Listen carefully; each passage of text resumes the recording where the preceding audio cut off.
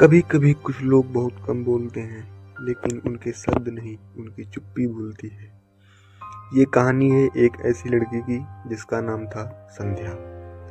उत्तर प्रदेश के बलिया जिले के छोटे से गांव चांदपुर में रहने वाली 18 साल की संध्या बाहर से बहुत शांत थी।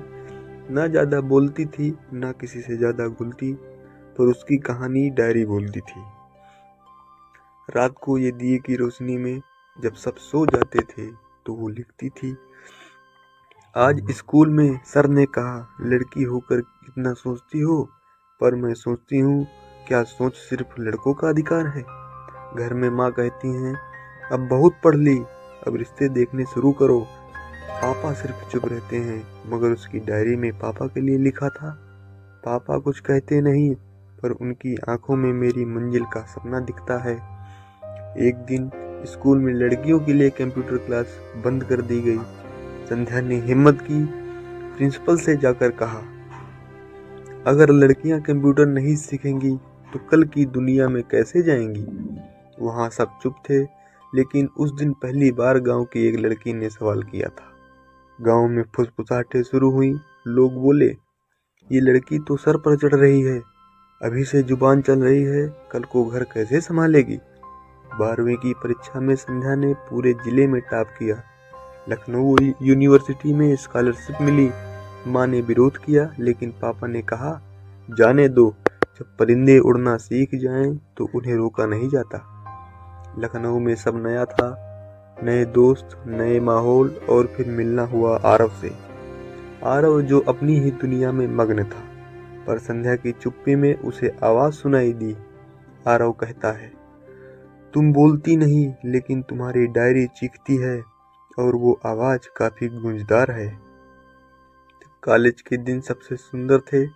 आरव उसे कभी भी लाइब्रेरी छोड़ता तो कभी कैंटीन में चुपचाप साथ बैठता। एक दिन संध्या ने अपनी डायरी की कहानी उसे सुनाई।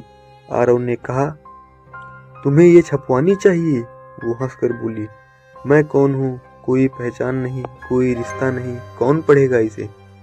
आरव बोला, पहचान किताब से नहीं बनती, किताब पहचान बनाती है। कॉलेज खत्म होते ही संध्या ने अपनी किताब पब्लिशर को भेजी। जवाब आया, बहुत साधारण है, रोमांस डालो, ग्लैमर डालो, तभी बिकेगी किताब। वो टूट गई, कई रातों तक नहीं लिख सकी। फिर आरव ने उसे कहा, संध्या, तुमने कभी किसी के लिए नहीं लिखा, अब भी मत लिखो। तुम्हारी चुप्पी की आवाज बदलनी नहीं चाहिए, और न ही झुकनी चाहिए। संध्या ने तय किया, वो स्वप्रकाशन करेगी। उसने खुद किताब छपवाई और सोशल मीडिया पर एक वीडियो डाला जिसमें सिर्फ उसकी आवाज थी। ये कहानी है मेरी, हर उस लड़की की है जो बोलना चाहती है पर बोल नहीं सकती। वो वीडियो वायरल हो गया। किताब का नाम था संध्या की चुप्पी। आज संध्या की चुप्पी बेस्ट सेलर है। उसके शब्द टीईडी मंच में गूंजते हैं और स्कूलों में पढ़ाए जाते हैं। आरव विदेश चला गया था। एक दिन उसे एक किताब की फोटो किसी ने भेजी। उस पर संध्या की तस्वीर थी। वो मुस्कुराया। संध्या अब भी उतना ही कम बोलती है, लेकिन अब उसकी चुप्पी हजारों लड़कियों की आवाज बन चुकी है। अब उसकी चुप्पी में सच्चाई है तो वो कभी न कभी सुन ली जाएगी। अंतिम संदेश यही है कि चुप रहो पर झुको मत, लिखो, बोलो, या सिर्फ खड़े रहो पर अपने सच के साथ रहो। अगर आप लोगों को यह कहानी थोड़ी भी अच्छी लगी हो तो वीडियो को लाइक कर दीजिए, चैनल को सब्सक्राइब कर दीजिए।